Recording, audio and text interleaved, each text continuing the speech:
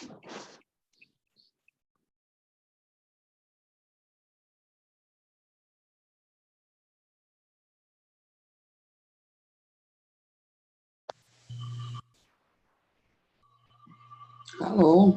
Hello.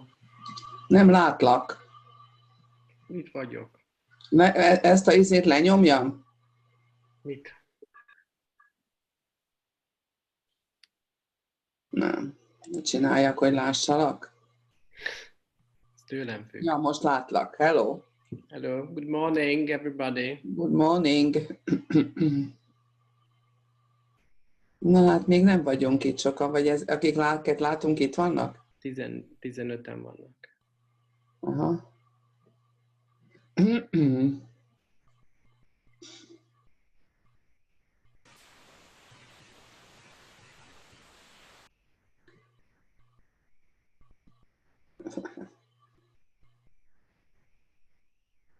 De figyelj, édesanyja, adjunk nekik időt, hogy megnézzék a metszetet, vagy hagyjuk? Ne, azt Nem, elmondom lassan, és akkor te be tudsz írni nekik dolgokat, ugye? Be. Jó. Gráfiel, meg ilyeneket. Beírom. Jó. Na, nem jönnek többet, 16-an vagyunk. So, good morning, everybody. Can you hear me? Yes. And me? Yeah. Yes. Okay. Fine. Then Okay. we start. Let's start. Our last topic is the histology of the female sexual organs. And we start with the ovary, as this is the beginning of the story. You know well the gross anatomy of the ovary. You know the peritoneal covering of the ovary. You know that the ovary is partly covered by the peritoneum called mesovary. And after the furry line, we have only a simple cuboidal cell layer on the surface of the ovary. Now, if you look at the slide, histologically, you can see this is the cross-section of, more or less, the cross-section of the ovary. You can see on the surface, if we go to the higher magnification, that on the surface, you can see very nicely cuboidal epithelial cells, although they look multi-layered, but you have to know that this is just the result of the section plane. Here you can see very nicely, they are simple cuboidal epithelial cells called germinative epithelium. The name a little bit false because it suggests you that these cells are dividing cells, but this is not the case. So simple cuboidal epithelium covers the surface. Just below, we have a dense regular connective tissue layer, which is called tunica albuginea. You remember the testis was also covered, the cavernous bodies were also covered by, and the testis was also covered by tunica albuginea. We also have in the ovary, but it is much, much thinner, but you can see that it is dense, regular connective tissue. If we go back to the smaller magnification, the framework of the ovary is highly cellular connective tissue or spinocellular connective tissue, which is very difficult to identify close to the surface, because if we look at go back to the small magnification, if you look at the ovary, you can see that there are two definitive layers inside of it. Close to the surface, just below the tunica albuginea, we have the cortex. And as you can see, the cortex is full of developing follicles, developing oocytes. We go back to the details and we will look at them one by one. And in the middle of the ovary, we have the medulla. So cortex on the surface and inside the medulla. The highly cellular connective tissue can be well studied in this medullary region, but you can also see big holes here. So these big holes are large, highly coiled blood vessels called helicine arteries. So helicine arteries are well seen in the medullary region, and around the blood vessels you can see the highly cellular connective tissue, which means that we have lots of cellular elements inside, although we have fibers, but the dominant components of this tissue is the cells. Different connective tissue cells are filling in the area. Now we go back to the cortical region, and then we will look at the development of the oocytes. So as you go to the medulla, you can see more developed and bigger follicles. As the follicles are maturing, they are moving toward the medulla. Now, just below the tunica albuginea, you can see small circular rounded structures. So these are the primordial follicles. Primordial follicles, they are present at the time of the birth of a girl. So you can see they entered the meiosis, but they stopped at the prophase of the first division. So if you look at them, they are big cells. The cytoplasm is eosinophilic. They have a very prominent rounded nucleus. And if you look at the nucleus, the chromatin is very loose. Rather filamentous, maybe this is the leptotene phase of the meiosis. So you can see filamentous euchromatic area inside of the nucleus. Yes, these small filaments and chromatins, and we have a prominent nucleolus inside. So this is the primordial oocyte. And if you look at the area around, you can see very nice flat cells, simple squamous epithelial cells surrounding these primordial follicles. So this is the characteristic of the primordial follicle: big nucleus, euchromatin, prominent nucleolus, and simple squamous epithelial cells around. And they are many, really, 300,000 as far as I know when we are born. Now, as the hormones are coming, so these primordial follicles start to mature, and they are becoming primary oocytes.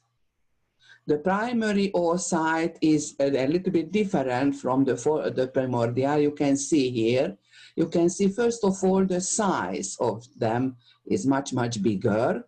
And if you look at the epithelial cells around, from the simple squamous epithelium, the cells are becoming cuboidal epithelial cells. And the primary follicles, so these cells are called follicular cells. So from the simple squamous epithelium, the cells are becoming cuboidal epithelial cells. And look at the area around the nucleus. So this is the this is the cell, the oocyte. And if you look at the area around, you can identify a very nice pink line around, which is not present in the primordial follicle. This very nice pink line is the zona pellucida. So this is a glycocalyx, carbohydrate-rich membrane produced by the plasma membrane of the oocyte. And in the primary follicles, the zona pellucida appears again. The epithelial cells are becoming cuboidal. The zona pellucida appears. And if you look at the area around the follicular cells outside, you can identify connective tissue cells. They are attending to surround these follicles, and they are becoming theca, a kind of capsule inside. So the theca folliculi appears around the follicle. As the hormones are acting, the procedure is going on, and from the simple cuboidal cells, the cells are becoming multi-layered. Close by, you can see another one. The epithelial cells are becoming multi-layered, 2 or 3 or even more, and that will be the follicular epithelium. The zona pellucida is well seen, beautiful pink line around. And this, if you look at the theca outside, it's not well seen, but in the book it mentions that the theca is becoming 2-layered, there will be an inner theca interna, where the cells are modified and they are becoming epithelioid-like cells, and they start to secrete hormones together with the granulose cells, and the outer layer of the theca remains connective tissue. So this type of follicle is called secondary follicles. So primordial follicles, nothing but the oocyte and simple squamous epithelium. Primary follicles, zona pellucida appears, and the epithelium is becoming cuboidal, and we have a theca around. And the secondary follicles, you can see nicely here. So this is what you can call secondary follicle. The granulose cells are becoming multilayered, and the theca is becoming bilayered. Inner theca cells, they are becoming epithelioid-like, and the external theca cells, they remain connective tissue cells. Now, as the procedure is going on, in the granulose layer, cavities, spaces are appearing, and liquid fluid will fill in these spaces. So this is it, yes? So in the granulose cells, you can see some cavities. They are called antrum, okay? And the antrum will be filled in by fluid, which is called liquor folliculi. And the end of the story, yeah, here you can see, and the end of the story, this huge circular structure, the Graafian or tertiary follicle. This is just before the ovulation. So the granulose layer, the epithelial cells outside, yes, are becoming multilayered. They produce hormones. And the granulose layer is becoming thickened a bit around the oocyte. So this is the cumulus oophorus. Cumulus oophorus. And yeah, I wait until Dr. Katz. Cumulus oophorus.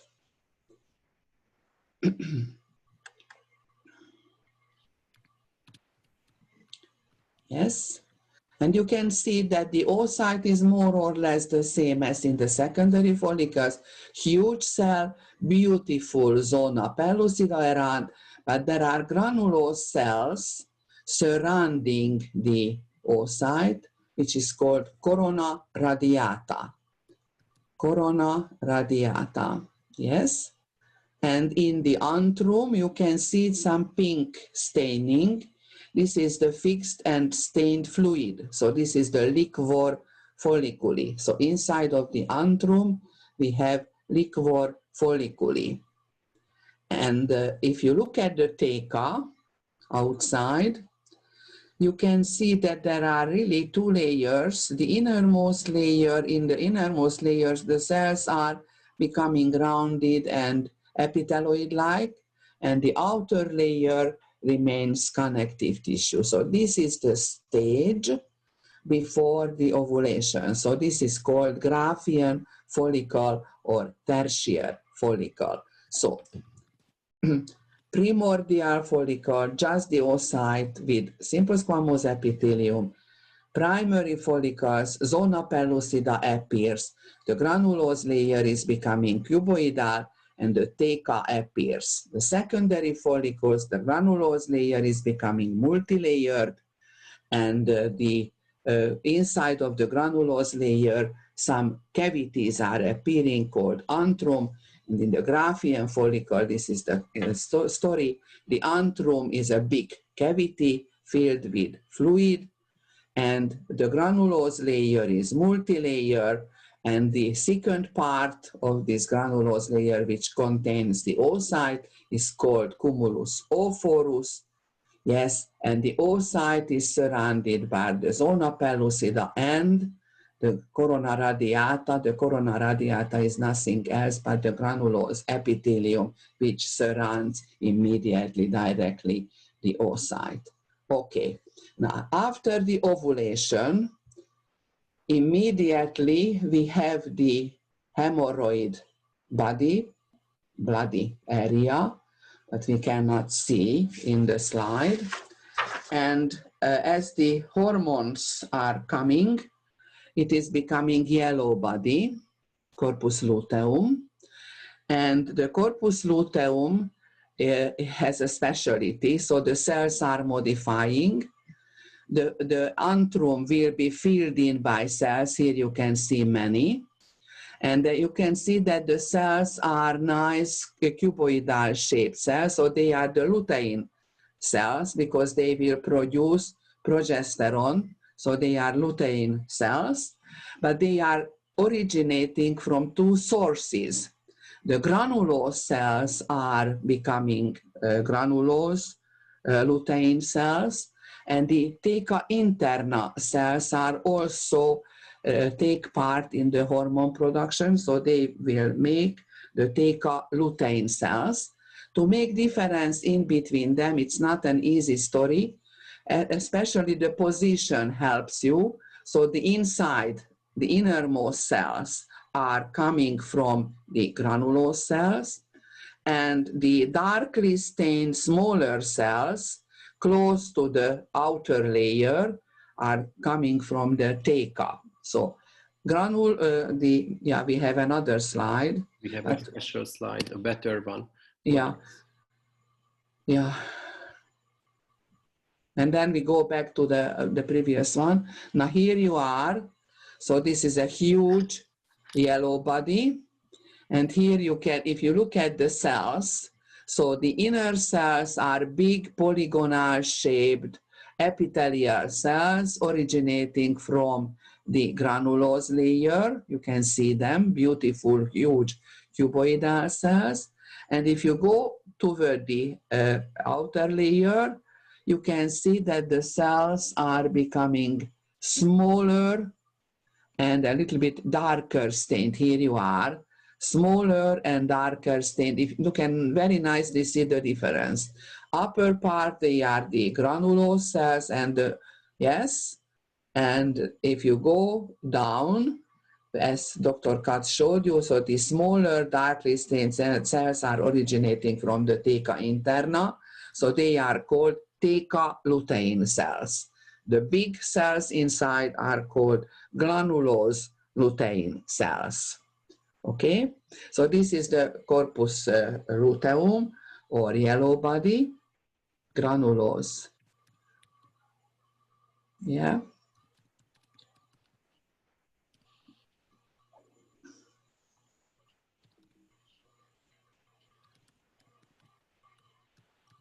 Yeah, theca lutein cells. Okay, so this is what happens after the ovulation, and if there is fertilization, this yellow body is proliferating and continuously produce progesterone. But if there is no fertilization, the yellow body starts to obliterate, and it is becoming first atretic follicle, which means that I don't know whether we have it.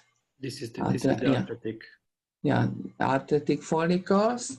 And in the end of the story, yeah, you cannot identify almost anything on it. Yeah, nothing. So the book says that the zona pellucida thickens, hyaline substance appears inside, so you can read the story, but it's difficult to identify these structures in these atretic follicles. And in the end of the story, we have corpus albicans, which shows you the degeneration. So fatty characteristic appears. Sometimes you can see lipid droplets inside. Macrophages are appearing and they phagocytose the debris, the degenerating particles. So this is a special story where you cannot see almost anything, just degenerate, sign of the degeneration. This is the corpus albicans. And close by, as you saw before, menjél följebb, Sanya, az atretic. Yeah, this story is about the atretic follicles. Yeah, degenerate. So maybe you can identify the place of the oocyte, but it's not really an easy story. These are big blood vessels around, you can see. the theca interna anyway has lots of blood vessels inside, and the yellow body is the other structure that we saw before. Now, if you, here, this is the yellow body, the huge one. And here you are. And you have to identify the innermost cells, the granulosa lutein cells, and the outer cells that are smaller and darkly stained theca lutein cells. But if you look around, close to the ovary, you can see some loose area ott a bal sarokba. Fönt. So here, this is the peritoneum. So the beginning, somewhere, the beginning of the fallopian tube should be present. Menjünk vissza a másikra. A másikra, jó? The other slide is better for the mesovarium and fallopian.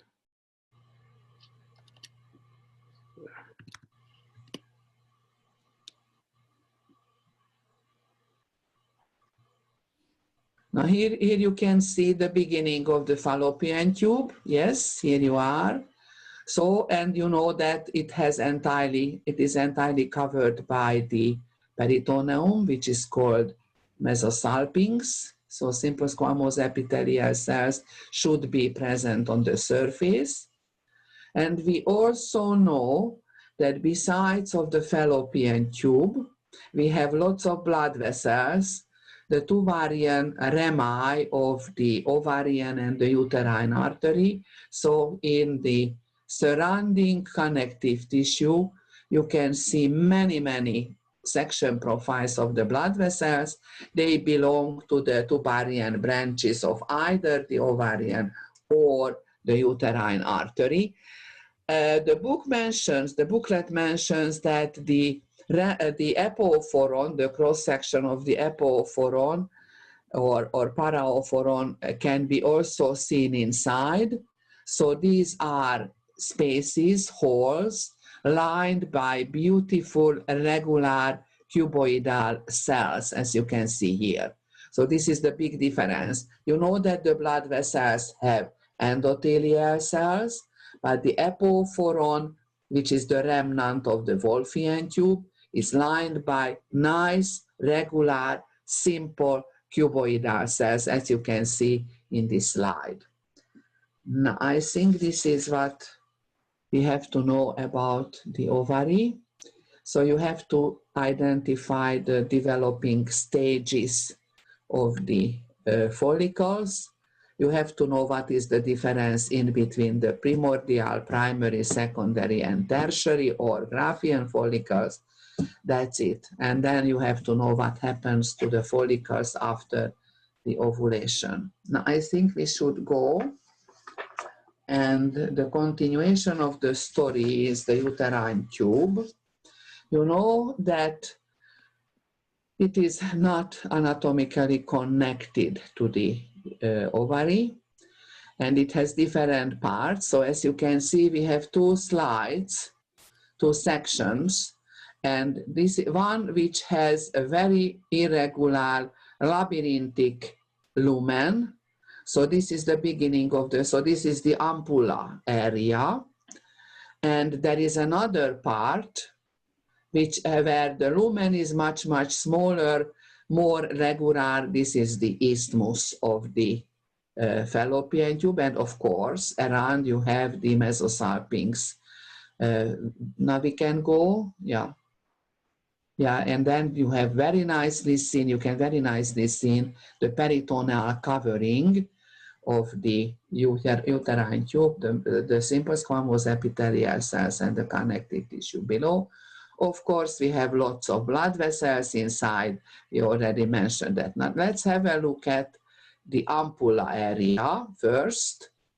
So the ampulla is a muscular tube, and we already know that in case of the muscular tube, we have layers.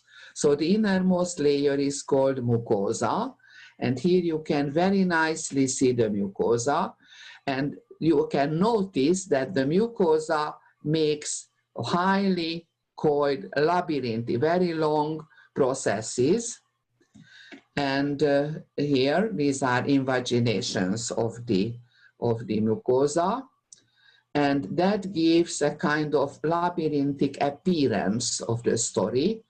So you cannot see the continuation of the innermost processes, because if you have a labyrinthine long processes and you make a sections, some of them will appear as they are not in connection with the outer layer. But if we go to the details, so first of all, in the ampulla, we have a labyrinthic appearance of the mucosa.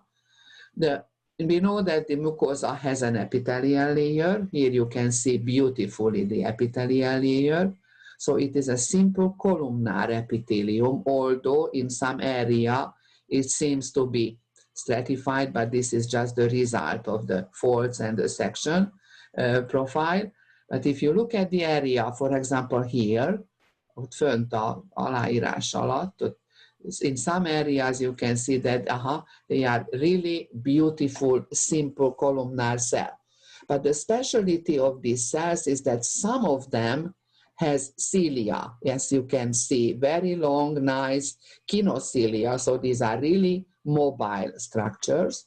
So some of them are ciliated, but there are also some simple columnar cells. They do not have cilia on their apical surface, and rather they have a kind of secretory function.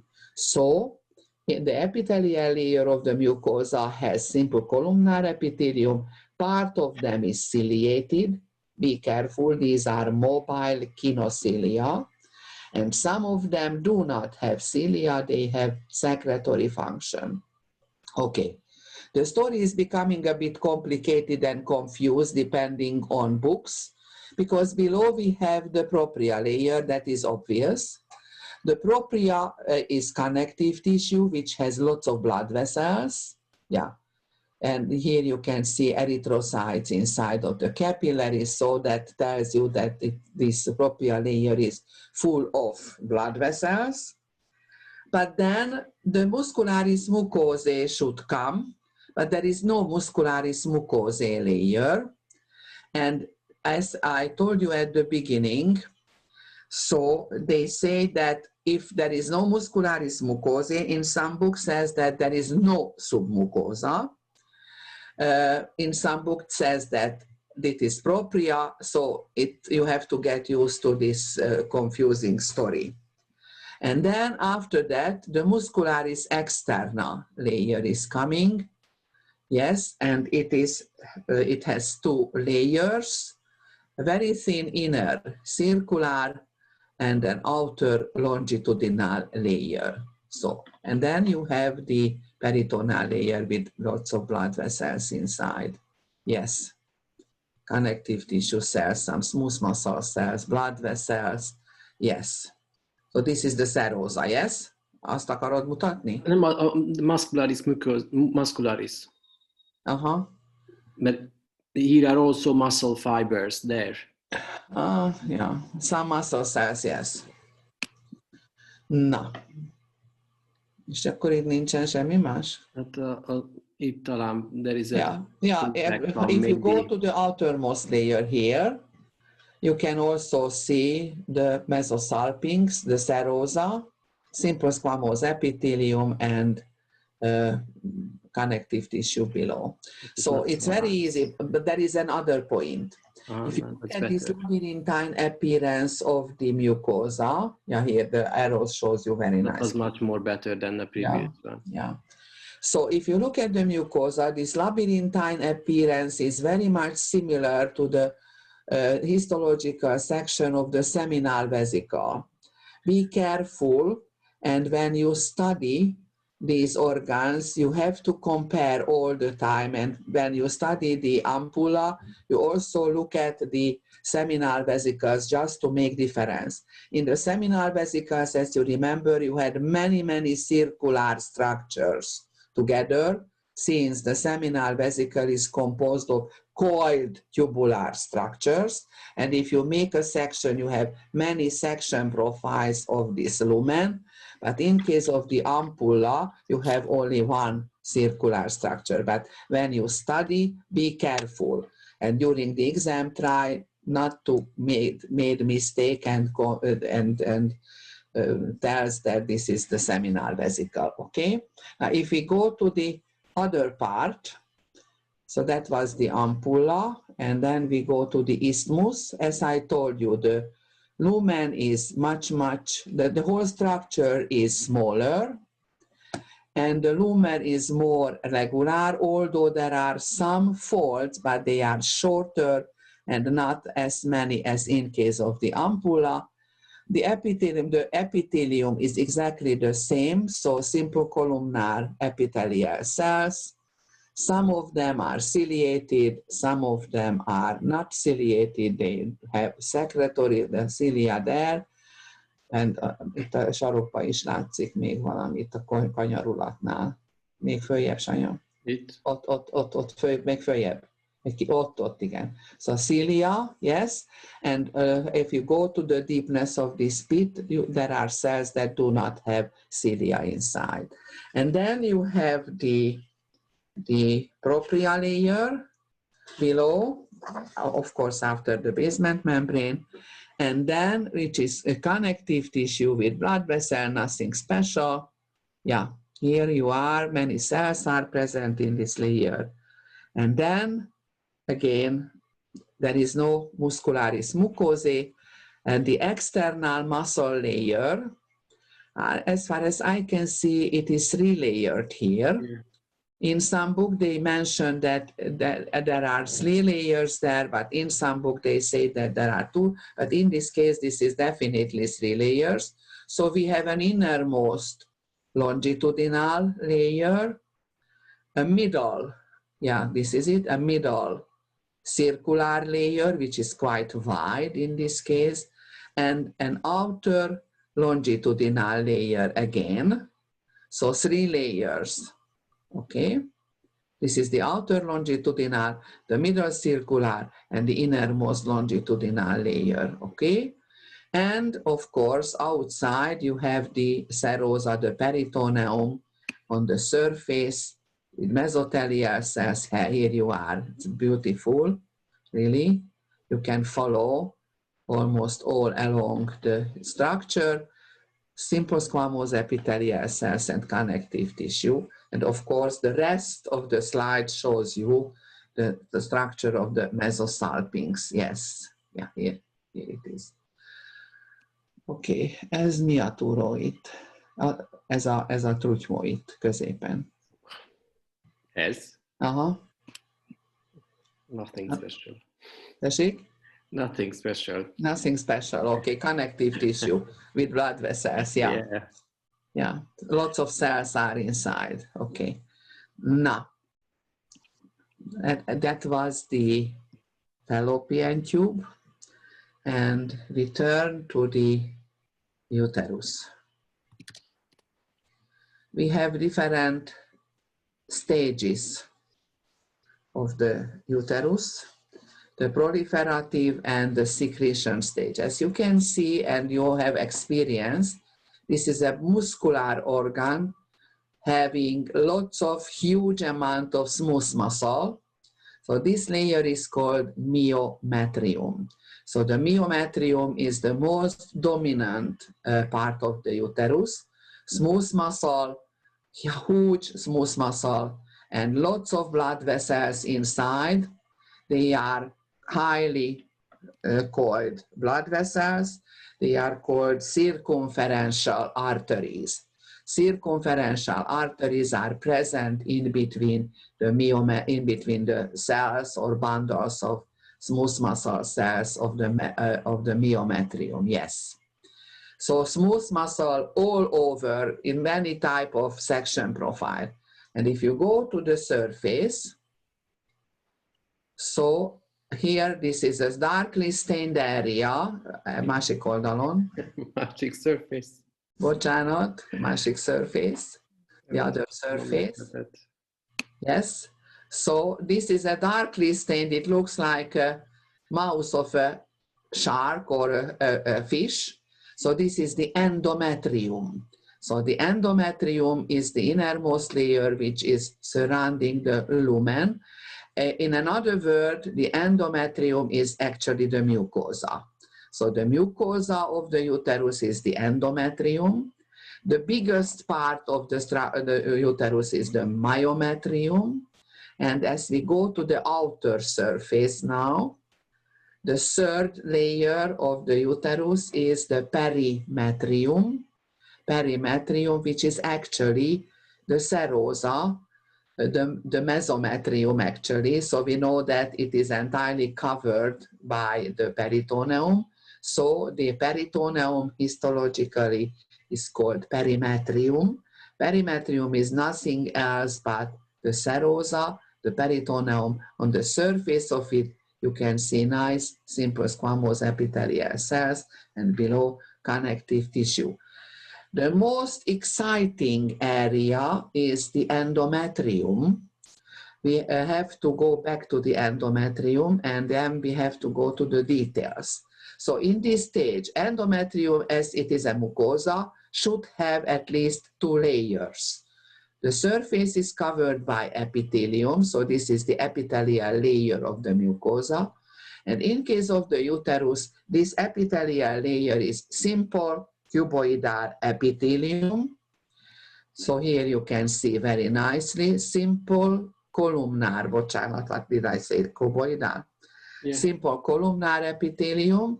Some of them has cilia, some of them has secretory function, like in case of the fallopian tube. So this is the epithelial layer.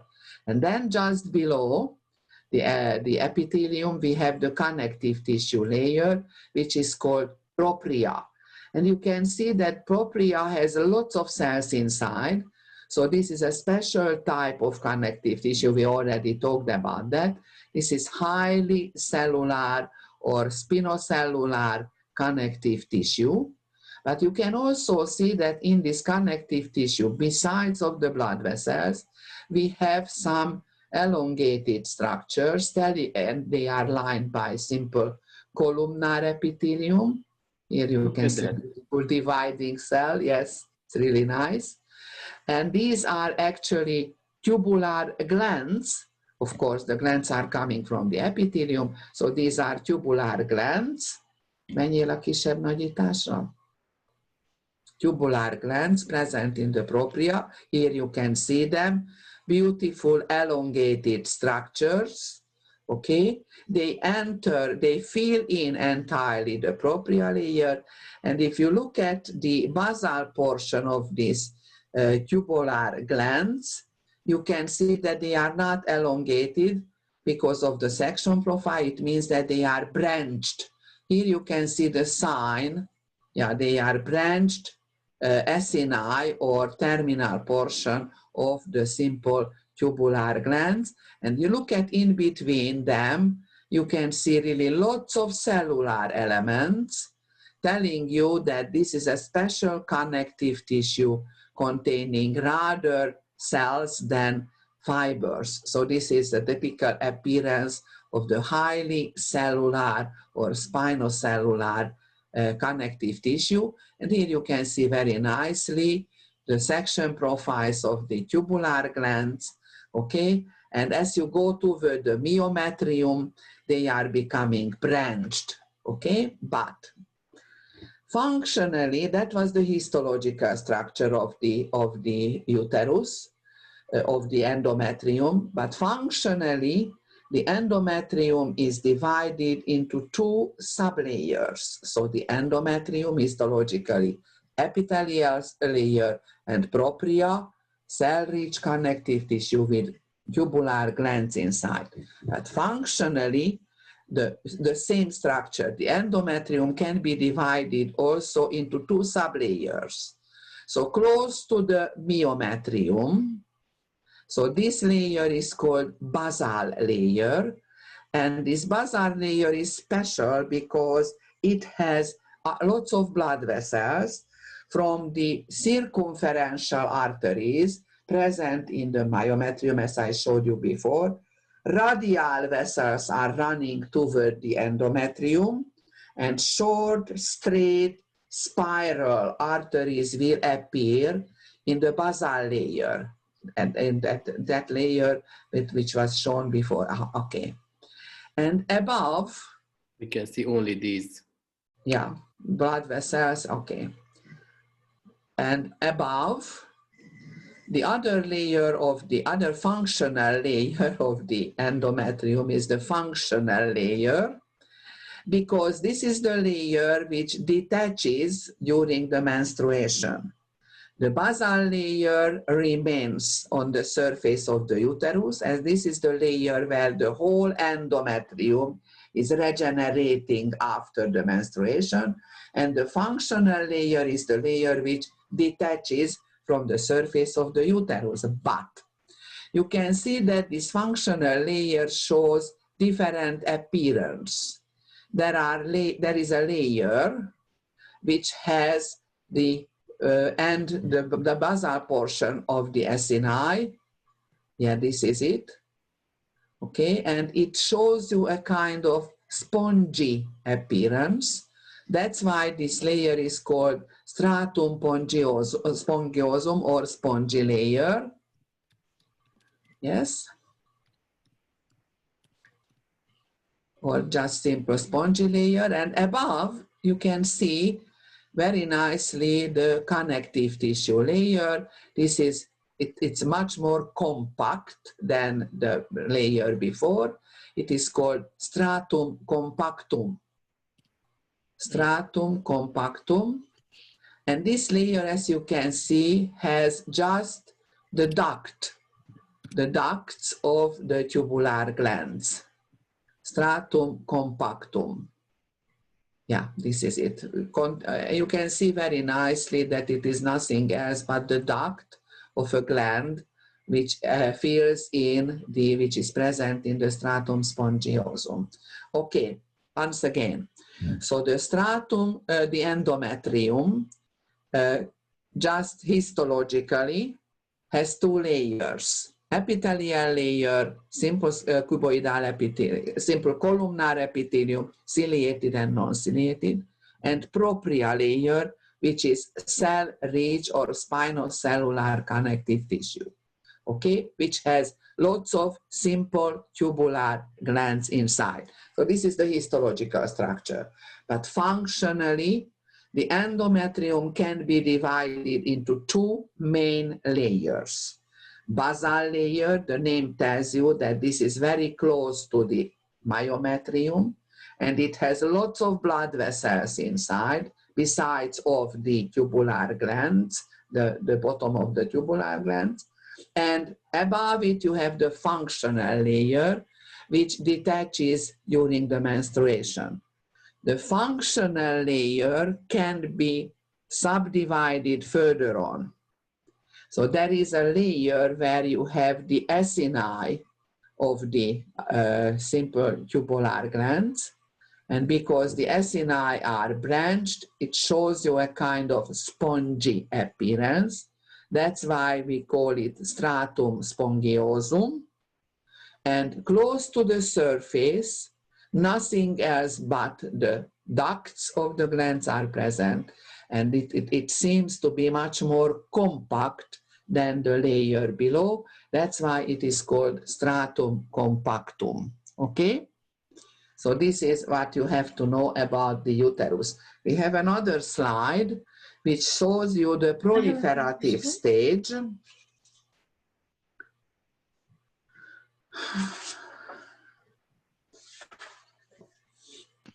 Professor, I have a question. Yes? So the stratum functionale is the same as the stratum granulosum, or? No. There is no stratum granulosum here. So again, histologically, just if you are just a histologist, epithelium and propria, okay? But since this endometrium is detaching during the menstruation, it disappears. Largest part of it disappears. Functionally, the same structure, the epithelium and the propria, can be divided into two main sublayers. Basal, it's understandable, it's at the bottom, close to the myometrium, okay? And it remains there after the menstruation, because this is the layer where everything should be regenerated, okay? and the upper layer is detaching. It disappears, okay? And this disappearing layer can be subdivided into two further layers, where you have the acini of the simple tubular glands, which shows you a kind of spongy appearance. This is the stratum spongiosum, and the compactum is close to the surface. Okay? Okay, thank you. Understandable now? Yeah, thank you. It seems to be a bit complicated, but you have to always think that histologically, epithelium propria, but functionally, it's a little bit more complicated. Now here, this is the proliferative stage. You can see this is the border more or less, well, in between the myometrium. So on the right side, you can see the myometrium, yes. And to the left, you can see a very, very thick, huge mass of the endometrium, okay? This happens under the effect of progesterone, okay? But again, on the surface, you can see the epithelium histologically. It is the same as we saw before, but the cilia are very nicely seen here. So some of the simple columnar epithelial cells are ciliated, and some of them are not ciliated, they have secretory function. It's very simple. Just below, we have the propria layer, and you can see that the propria is full of cells. It's a little bit unusual. The connective tissue in other cases has lots of fibers inside. Of course, there are fibers. These tiny pink lines in between the cells represent the fibers, but they are not so many. So the dominant structures are the cells. This type of connective tissue is full of cells, so that's why it is called highly cellular or spinocellular. Okay, and if we go to the smaller magnification, we can see that this connective tissue layer is quite wide. So this propria layer lasts till the myometrium, okay? But if you look at the structure, so the structures are not the same, close to the surface and close to the myometrium, okay? So which means that at the border of the myometrium and the endometrium, here, this is the basal layer of the endometrium, you can see many, many circular structures or oval structures. This is the bottom of the simple tuboidal glands.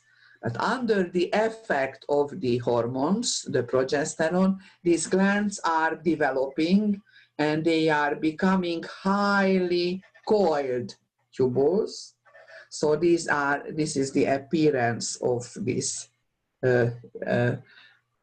Hogy minek mondjuk ezt, milyen megjelen? They're growing, so they're growing and they are becoming highly coiled. Okay, can you imagine that this is a gland which is turning around because there are not enough spaces for them. They are growing. Endometrium is also growing, but they grow faster, so they are becoming highly coiled tubular glands. And so that was the basal layer, and then the functional layer is the widest one here. Yeah, yes. So at the basal part, close to the basal layer, you can see this acini of the glands, and that shows you really a kind of spongy appearance with blood vessels, of course. So this is the stratum spongiosum. Okay, here this is the, yeah, these are the highly coiled tubular glands. Yes, and close to the surface here, the stratum compactum is much, much narrower, okay, than the stratum spongiosum, okay, because the glands are growing and they fill in, they make larger the spongy layer. So in this case, the spongy layer is much, much wider than in the previous slide we saw. But if somebody asks you during the exam, show the stratum compactum, As you go to the close to the surface, just below the surface, this area here, this is the stratum compactum. You cannot make mistake, okay? Of course, that we don't have the perimetrium as I saw it, just the myometrium and the endometrium on this slide. So, but you can see the difference. So the endometrium is much, much wider. It's a huge mess, but the structure is the same, but what happens is that the glands are growing, developing, and they are becoming highly coiled tubular structures. So, okay? Any question? Understandable? Yes. Okay. Akkor most a jön a Vagina. vagina. Yes.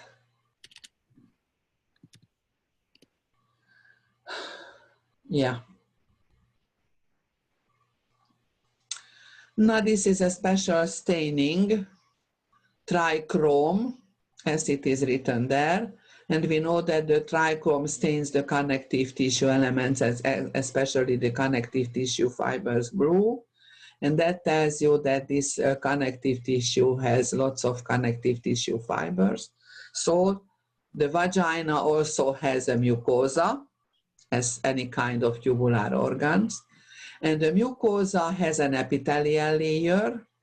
And the epithelium, as you can see, everybody can identify this type of epithelium. We know that well. So it is stratified, non-keratinized squamous epithelium.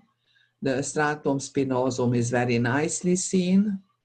Okay, and that so this is stratified, non-keratinized epithelium. You can practice the layers, the stratum basale, the stratum polygonale. But as far as I can see that there are some pigments also. I don't know. It seems as there are some brownish structures. So sometimes it is pigmented. Okay, there is a basal membrane below the epithelium. It's nice blue structure here. Yeah. And then we have the propria layer, which is loose fibroelastic connective tissue. Of course, lots of collagen and elastic fibers are present inside, and these are huge blood vessels. So the elastic fibers are very nicely seen, these wavy lines. The blood vessels, bigger and smaller, full of erythrocytes. And then they say, the book says that the next layer, the external muscle is smooth, is composed of smooth muscle, but poorly defined. They say that there are an inner circular and an outer longitudinal layer inside, so you cannot see very well the muscle, but it is pink. Muscle. The pink structures are muscle cells, smooth muscle cells, but the layers are not well identified. You can see some islands of smooth muscle. Yeah, yeah. Here you are. That should be the inner circular, and then you have another layer outside, but they are not really well defined muscular layer. Yeah, this is the longitudinal layer, yes, in cross section. Okay. And if we go to the smaller magnification, of course, lots of blood vessels and nerve fibers, but you can see a huge island here. Yeah, this is brownish, I don't know the color, brownish. And it is muscle, but you know that this is a special profile of the skeletal muscle. And we know from gross anatomy that close to the vagina, we have the bulbospongiosus muscle. So these muscle fibers are belonging to the bulbospongiosus skeletal muscle, okay? Yeah, that's it, I think. And outside we have adventitia, So there is no peritoneal covering around the vagina. Okay. Anything else? We forgot to mention our favorite things. Yeah, The erectile bodies, erectile tissue in the the vessels. clitoris, yes. No, Okay. Dick, in the vessels, this kind of erectile tissue. Yes, the Ebner cushion. Dr. Yeah. Nemeskiri says that they are eventually erectile tissue. They are erectile tissues Yeah. in the lamina propria layer. Yeah, okay. Thank you. Thank you. And lots of, if you go back to the larger magnification, around you can see lots of nerve fibers. Yes. So this is a very sensitive area. Yeah, lots of peripheral nerves are present close to these erectile bodies. Okay. Now, I think from my side, that was all. Okay? Do you have any question? Big quiet. You cannot hear me? You are lost? Are you lost? Mi van velük? Hello? Can you hear me? Yes. Yes. Okay. And what about me? Could you hear me? Yes. Yes. Okay. Because you were so quiet that I thought I have lost you. They gave up. No, don't worry, Professor. They gave up. Okay. Leah, I recognize your voice. Okay.